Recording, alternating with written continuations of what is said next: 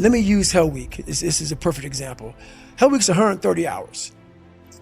And 130 hours is a lot of seconds. Let's say you win every second but one. You lost. It only takes 1 second for you to lose the whole thing. So the 1 second decision is just that. It's all fun and games, okay? Because at the beginning of Hell Week, the guns are going off. It's like a pep rally.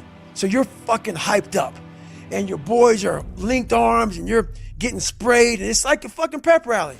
The instructors are yelling at you, bombs are going off, concussion grenades, blanks from N60s. Yeah, hoo-yah, fuck yeah. But then what they do is they shut that shit off. They shut it off.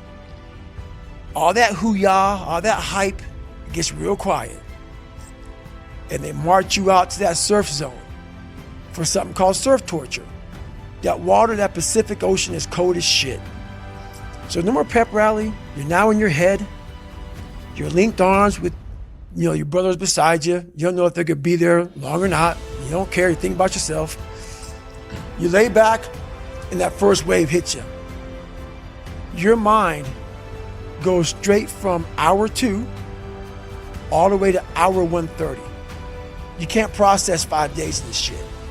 You're now in a fuck you, like I gotta get out of here. You're in fight or flight. It's cold. I can't be cold this long. And then this is where that 1 second decision comes in.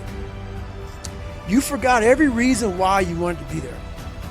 You don't care about SEALs. You don't care about any of this shit. You don't care about fighting for your country. You don't care about that gaudy gold trident that they put on your chest. You don't care about any of that shit no more. All you want to do is go back home. You want the warmth. You may want something to eat. You want your girl to hold you. All those things of comfort are there in that 1 second. And this is where people lose. Because we all think about quitting when shit's hard. But what you have to do in that 1 second is hard to process information during pain. Because that pain takes over and you can't think rationally. You're thinking about fight or flight, save yourself. That's not a rational thought. It's not a thought that's going to get you through hard times. Most people fail that 1 second. So what happens, what I do in that 1 second, and there's a bigger process to all this, but in that 1 second, I physically stayed in that water. Because if I get out of the water, I quit. So I physically stay in the water, but mentally, I'm on the fucking beach with the fucking instructors. And the instructors, it's cold outside, so they got these parkas on. They got their cup of fucking Joe, and they're warm because they've already been through it. So now it's your turn to go through it. So mentally, I get back with them. I'm still in the water physically, but mentally, I'm back with them. I'm chilling. I got my parka on, and now I'm thinking logically because I'm warm now. Mentally, I'm warm. I've taken that 1 second. Let's not quit yet, Goggins. Let's fucking think about your options. Where are you going to end up if you quit this shit? Where are you going to go? What are you going to say to yourself? Because you know you're going to get warm. The second you get out of this water, you're going to take a shower, and you're going to be warm. I start thinking logically. I calm my brain down because your brain just wants to get the fuck out. Ring the bell, put your helmet down, get warm, and then you're really fucked. And these are the things you have to think about in the 1 second decision. So that's what that's all about. It's about gaining control of your mind, putting things back in the proper perspective, and then saying, I really do want to be here. And I'm going to have a bunch of these 1 seconds through this 130-hour journey. And I have to learn to control these, because if I fail one of these 1 seconds, I will not be a SEAL. I will not be a doctor. I will not be a lawyer. I will not be whatever the fuck it is. So that's how important that 1 second decision is. It's all about your mind takes control of you. You have to say, fuck you. I run this motherfucker. And that's what that's all about. And most people fail those 1 seconds.